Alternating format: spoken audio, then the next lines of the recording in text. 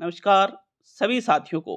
देखिएगा, आज का ये जो वीडियो है कुछ स्पेशल वीडियो है साथियों। रीट मेंस आपके जो 47,500 पदों के लिए ये जो भर्ती है, तो इसमें अंतिम समय की जो आपकी रणनीति है, आपके माइंड में कहीं ना कहीं ये सवाल चलता होगा कि यार सिलेक्शन होना ही चाहिए, सिलेक्शन कैसे होगा, तैयारी तो की है लेकिन क्या कोई गड़बड़ी हो सकती है, ऐसा क्यों लग रहा है कि मुझे कुछ याद ही नहीं रहा, ऐसा क्यों लग रहा है कि मैं पढ़ने बैठता हूं तो मेरा मन ही नहीं लगता है।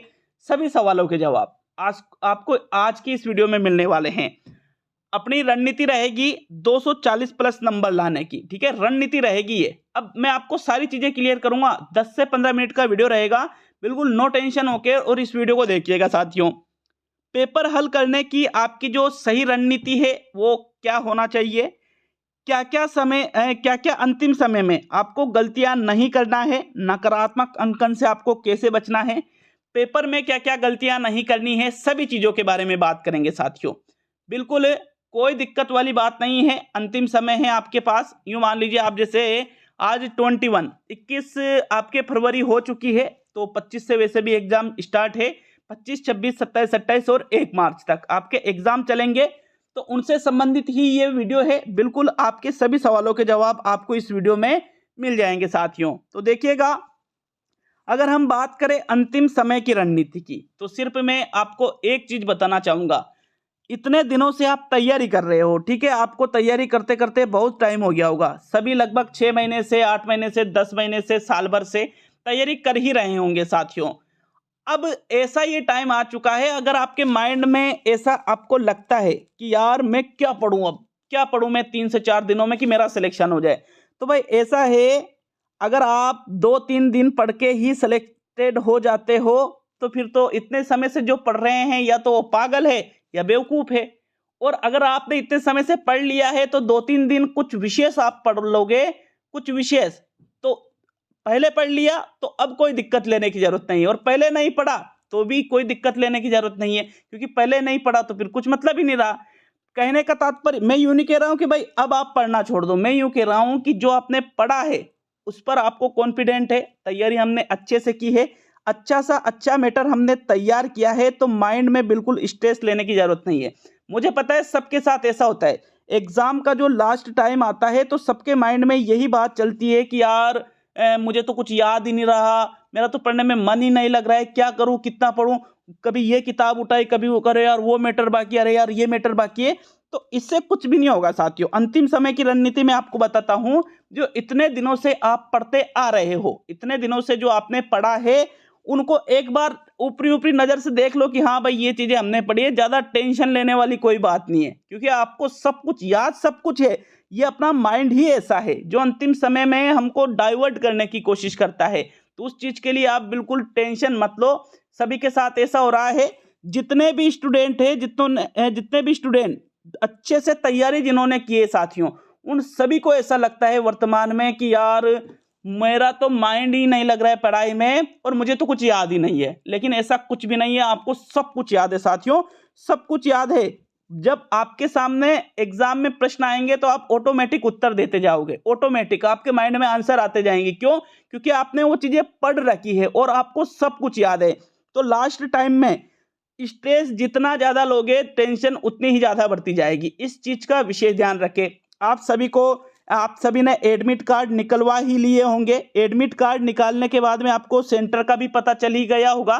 तो एक चीज का विशेष ध्यान रखें, जैसे लेवल 1 का जो पेपर है आपके 9:30 बजे से, कि भाई 9:30 बजे से पेपर स्टार्ट है, तो उसमें साफ साफ लिखा हुआ है कि 1 घंटे पहले प्रवेश बंद कर दिया जाएगा। मतलब 8:30 बजे के बाद में आप अंदर एग्जाम देने नहीं जा सकते। पिछला जो रीट का पेपर हुआ था उसमें भी हमने कुछ वीडियो देखे थे जिसमें कुछ बालिकाएं हैं साथियों, एग्जाम सेंटर लेट पहुंचने के कारण उनको पेपर ही नहीं देने दिया था। वो उनका कितना भावनात्मक रूप से कैसा वीडियो था, वो अंदर मन पसीज गया था कि यार अंदर प्रवेश दे देना चाहिए। लेकिन गवर्नमेंट रूल्स होते हैं, बिल्कुल प्रवेश पत्र में लिखा हुआ है कि 1 घंटे के बाद, 1 घंटे से मतलब जो एग्जाम है उससे 1 घंटे पहले ही अंदर प्रवेश लेना बंद कर दिया जाएगा। तो इसका विशेष ध्यान रखें। अगर एग्जाम 9:30 बजे से है तो जो आपके 25 तारीख को आपके एग्जाम है, 24 तारीख को ही आप एक बार सेंटर जाकर देख आए कि भाई ये मेरा सेंटर है, प्रवेश पत्र में जो सेंटर कोड लिखे हुए हैं उनको अच्छी तरह से देख के मिलान कर लो, वहां किसी से भी पूछ लो। 24 तारीख को ही शाम को, क्या 24 तारीख को 2-3 बजे 4 बजे के लगभग जब स्कूल बंद नहीं होता है, वहां जाके उनसे पूछ लो कि भाई हमारा यही सेंटर है, कंफर्म कर लो 100% कि आपका वही सेंटर है। कहीं ऐसा नहीं हो कि एक जैसे नाम मिलने के कारण आप दूसरे विद्यालय के पास बैठे हो और जब प्रवेश अंदर आप लेने जाओ आपसे बोल दिया जाए कि नहीं ये हमारा स्कूल नहीं है, वो स्कूल तो 10 किलोमीटर दूर पड़ता है, फिर क्या होगा। तो इस वजह से 24 तारीख को ही आप बिल्कुल कंफर्म कर ले हुए कि भाई किस प्रकार कौन सा आपका सेंटर है। और सुबह सुबह किसी भी हालत में 7 साढ़े 7 बजे वहां जाकर के बैठ जाओ आप। तो 7 साढ़े 7 तो मैंने ज्यादा बता दिए, 7 बजे तो वहीं आप बैठ जाओ जाकर के कि भाई ये मेरा स्कूल है, यहाँ पर मैं एग्जाम दूंगा। इस चीज का विशेष ध्यान रखना है, क्योंकि लास्ट टाइम में अगर अफरा तफरी मची ना आपके कि भाई यार सेंटर नहीं मिल रहा है, सेंटर मिला तो मैं दूसरे सेंटर पे पहुंच गया, ये चीजें होती है, कुछ ना कुछ बच्चों के साथ होती है। सबको ऐसा लगता है कि यार ये मेरे साथ थोड़ी होगी, लेकिन जिनके साथ हो जाती है फिर उनको पता चलता है अपने जीवन में कितनी बड़ी गलती कर दी टाइमिंग की वजह से। तो इसका विशेष ध्यान रखें। बात करेंगे साथियों मुख्य मुख्य जो टॉपिक है आपके, जैसे अभी कुछ ऐसे टॉपिक है जिनको आपको वापस से एक बार जरूर दोहराना चाहिए। जैसे आपके एक तो शैक्षिक परिदृश्य वाला पार्ट है, एक आपके शैक्षिक तकनीकी वाला पार्ट है साथियों। ये टॉपिक ऐसे हैं आपके जो लेवल 1 और लेवल 2 दोनों लेवल में 20 से 25 प्रश्न आपके यहां से पूछे जाएंगे, और 20 से 25 प्रश्न बहुत ज्यादा होते हैं साथियों, बहुत ज्यादा। तो खास तौर पे शैक्षिक परिदृश्य के अंतर्गत जो गवर्नमेंट ने योजनाएं चला रखी है, जैसे आपके बालिका शिक्षा फाउंडेशन से संबंधित प्रश्न बनेंगे, राष्ट्रीय योजना है, या फिर आपके बात करें गार्गी पुरस्कार योजना है, या बेटी बचाओ बेटी पढ़ाओ अभियान है, राजस्थान के प्रमुख खिलाड़ी है, अनुसंधान केंद्र है, धार्मिक स्थल है। साथियों ये कुछ ऐसे कॉमन टॉपिक है जहां से बहुत ज्यादा प्रश्न लेवल 1 और लेवल 2 दोनों लेवल में प्रत्येक विषय में पूछे जाएंगे। आपके शैक्षिक तकनीकी से संबंधित जो क्वेश्चन है बहुत इजी वाला प्रश्न आएंगे, ऐसा कुछ नहीं है कि भाई ज्यादा हार्ड लेवल का पेपर आएगा। तो इनको अच्छे से एक बार चेक कर लीजिए, इन टॉपिक्स का दोहरान कर लीजिए। एनईपी 2020 जो है यहाँ से आपके 100% प्रश्न बनेगा। बेसिक चीजें एनईपी 2020 के बारे में आपको सभी को पता होना चाहिए, जैसे 5+3+3+4 है, मानव संसाधन विकास मंत्रालय का नाम बदलकर शिक्षा मंत्रालय कर दिया, जो जीडीपी है उसका 6% इस पर खर्च किया जाएगा। इसमें 4 स्तर है, कौन कौन सी कक्षा कौन से स्तर पर पढ़ती है। साथियों इसका उद्देश्य क्या है, राष्ट्रीय शिक्षा नीति 2020 का, इसमें शिक्षा मंत्रालय का नाम मानव संसाधन विकास मंत्रालय का नाम बदलकर शिक्षा मंत्रालय क्यों किया गया है, कितने अध्याय है, कितने भाग है, मतलब बेसिक चीजें सभी को पता होना चाहिए और क्वेश्चन यहीं से बनेगा, कोई दिक्कत वाली बात नहीं है। एक आपके आरटी 2009 और आरटी 2011 वाला जो टॉपिक है यहाँ से 100% आपके क्वेश्चन बनेगा। एक आपके एसएमसी है यहाँ से 100% क्वेश्चन बनेगा। एक आपके धारा 12(1) जो है साथियों प्रवेश के लिए जो प्रक्रिया है वहां से आपके 100% प्रश्न बनेगा।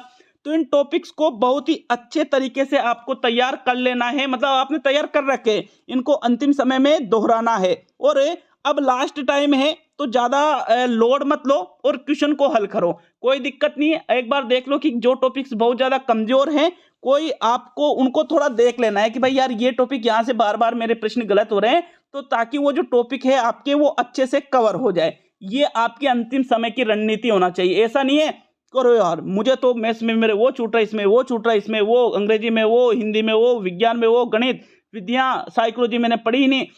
भाई सभी के साथ ऐसा हो रहा है, सभी के साथ कोर्स बहुत ज्यादा लंबा चौड़ा है, आपके सारा चीजें एक साथ पकड़ना चाहोगे तो ऐसा नहीं हो सकता है, सारी चीजें एक साथ नहीं पकड़ पाओगे इतने बड़े सिलेबस में।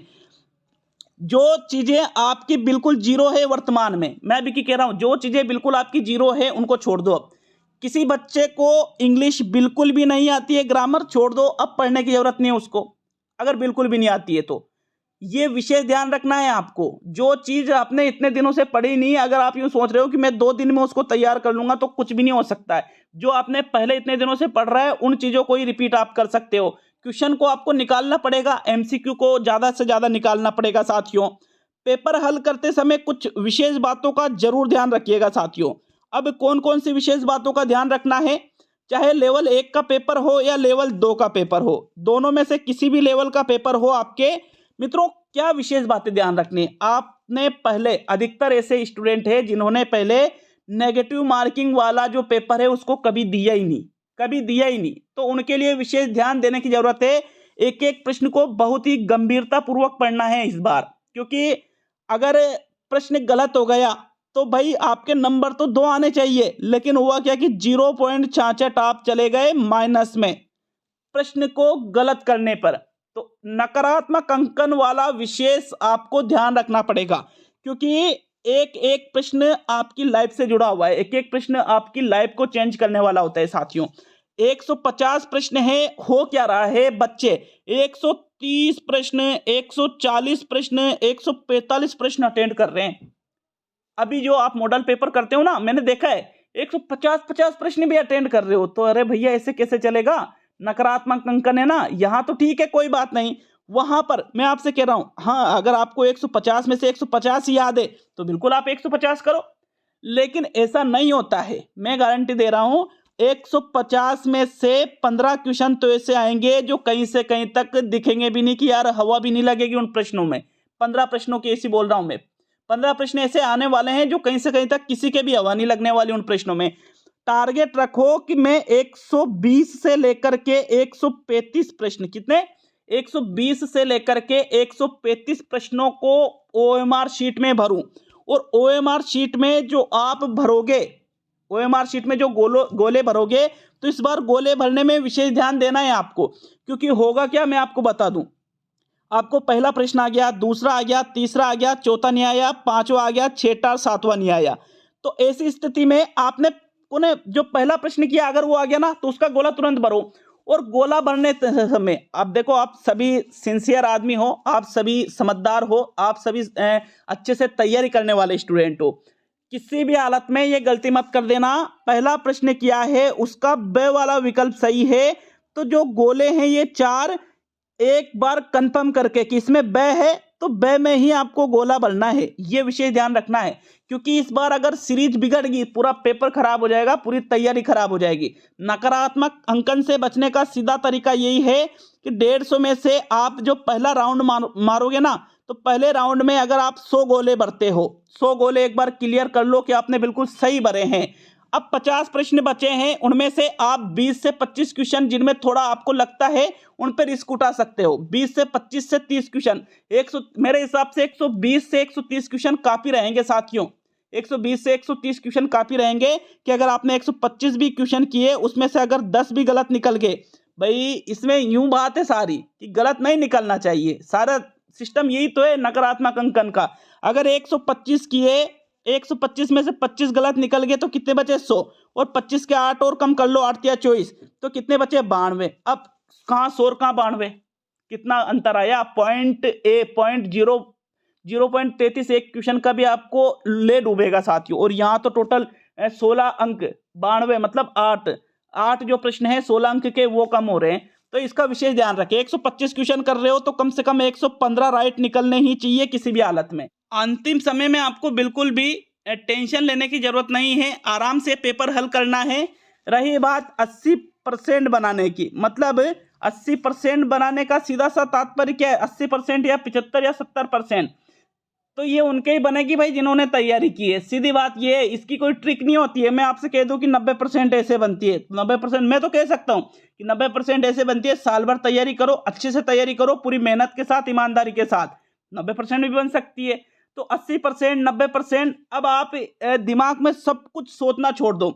पहली बार सब अनुमान लगा रहे, मैं आपको बोल रहा हूं, कोई किसी को कुछ भी पता नहीं है, सब अनुमान लगा रहे मोटे तौर पर कि यार ऐसा पेपर आएगा, वैसा पेपर आएगा, सब कुछ अनुमान पर आधारित है साथियों। क्यों है, क्योंकि ये पहली बार पेपर हो रहा है, रीट के बाद में मेंस वाला, पूरा सिलेबस बदला हुआ है, तो सब कुछ अनुमान पर आधारित है। ज्यादा से ज्यादा अपनी कोशिश होना चाहिए कि पॉजिटिव रह करके लास्ट समय में बिल्कुल बिना घबराए अच्छे से हमको पेपर हल करना है। और पेपर हल करने के बाद में खास तौर पे जो हम ओएमआर शीट में गोले भरते हैं ना, उसका विशेष ध्यान रखना है साथियों। तो ये सारी कुछ चीजें हैं जो आपके माइंड में मुझे लगता है कि भाई जो आपके माइंड में जो सवाल चल रहे थे उनके जवाब आपको जरूर मिले होंगे। और फिर भी अगर कोई आपको ऐसा सवाल लगे कि यार इसका जवाब भी मुझे चाहिए, तो वो आप कमेंट बॉक्स में कमेंट कर सकते हो। मिलते हैं साथियों जल्द ही अगले वीडियो में। अच्छा लगे वीडियो को लाइक और शेयर जरूर करके जाइएगा साथियों।